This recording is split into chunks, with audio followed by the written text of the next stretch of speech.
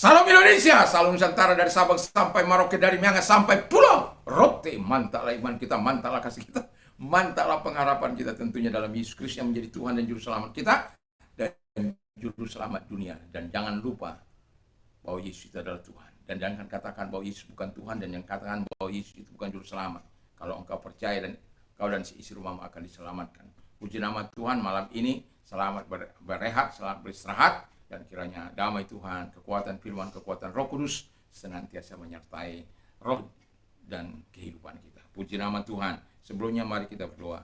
Kami tidak mau meninggalkan Engkau dalam situasi dan kondisi apapun, tapi kami mau belajar terus dari pengalaman yang pernah dialami oleh Ruth, menjadi kami dapat mengambil hikmahnya. Di dalam nama Yesus kami bersyukur dan berdoa. Haleluya. Amin. Sebagaimana janji saya, tema kita saat ini adalah meninggalkan Tuhan menuai bencana. Meninggalkan Tuhan menuai bencana. Saya bacakan di ayat 20. Tetapi ia berkata kepada mereka, janganlah sebutkan aku Naomi, sebutkanlah aku Mara, sebab yang Maha Kuasa telah melakukan banyak yang pahit kepadaku.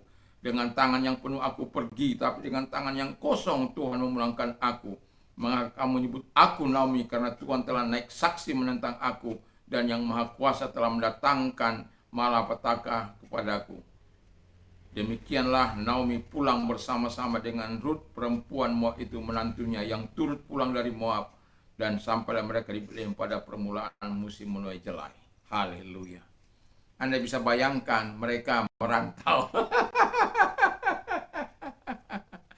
Saya adalah seorang perantau. Meninggalkan tanah kelahiran saya dari Sumatera sana, ada di pulau ini, ya. Dan tapi saya bersyukur Tuhan masih tetap pelihara saya, karena kalau saya berbeda, kalau saya pergi karena sesuatu hal, ya, dengan hal-hal yang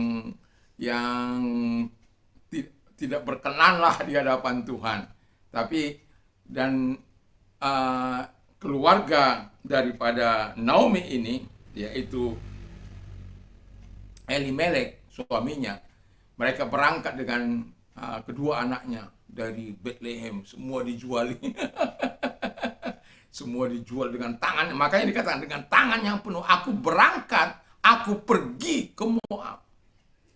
Jadi Moab adalah lambang daripada dunia ini. Jangan kita masuki dalam dunia ini dengan segala keberadaannya. Walaupun kita masih dalam dunia ini, tapi saya mau katakan, jangan ikuti tradisinya, jangan ikuti adat istiadat, jangan ikuti kebiasaannya. Dan Anda tahu bagaimana Naomi berkata, Naomi artinya manis. Tetapi apa yang manis dinikmati di Betlehem, rumah roti itu.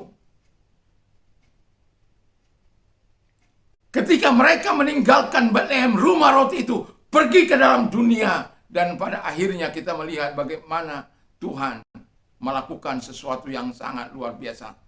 Dan saya tidak ingin hal itu terjadi bagi orang-orang yang meninggalkan Tuhan akan menuai bencana. Berharaplah, bersandarlah. Kalaupun ada kesusahan-kesusahan yang kita alami, teruslah berharap pada Tuhan. Teruslah percaya kepada Tuhan.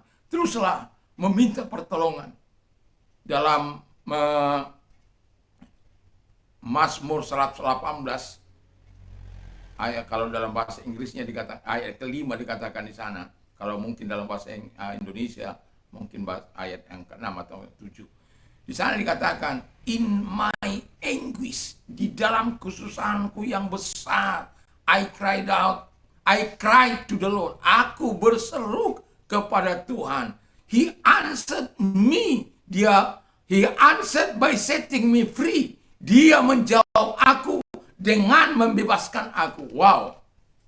Jadi, kalaupun ada sesuatu yang masalah yang kita hadapi, kesusahan yang kita hadapi, jangan lari ke dalam dunia. Jangan pakai cara-cara dunia. Pakai cara Tuhan. Minta hikmat Tuhan. Supaya kita bisa menikmati kebaikan. Jangan kita mengulangi kesalahan yang telah dilakukan oleh Naomi. Tapi saya bersyukur Karena Naomi akhirnya kembali kepada asalnya, kepada rumah roti itu, di mana Bethlehem itu. Dan pada akhirnya kita akan melihat bagaimana Tuhan mengubah mereka, bagaimana Tuhan memberkati mereka, bagaimana Tuhan melakukan terobosan dalam ekonomi mereka, dalam usaha mereka, dalam pekerjaan mereka. Wow. Kita akan lihat beberapa hari berikutnya bagaimana Tuhan melakukan. Tetapi yang jelas saya mau katakan, ketika dia kembali kepada Tuhan, Allah juga kembali kepada return to me, I will return to you. Kembalilah kepadaku, aku akan kembali kepadamu.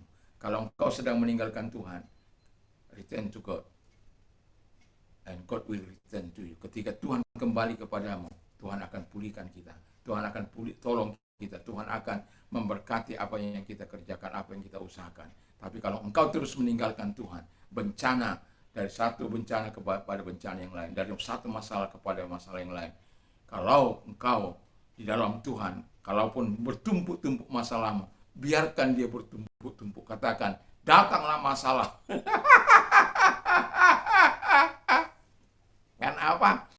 Ketika ada masalah, itu kesempatan Tuhan bisa melakukan mujizat. Jadi, kalau engkau kembali kepada Tuhan, Tuhan akan kembali kepadamu. Dan Tuhan akan memulihkan engkau. Tapi kalau engkau bertahan dalam jalan-jalan meninggalkan Tuhan, bencana akan terus mengikuti hidup. Mari kita tunduk kepada kita berdoa. Terima kasih Bapa di surga, Tuhan tolong kami untuk kami tidak meninggalkan Tuhan, tapi melakukan apa yang terbaik di dalam hidup ini. Dalam nama Tuhan Yesus Kristus kami bersyukur, kami berdoa. Haleluya. Amin. Selamat malam.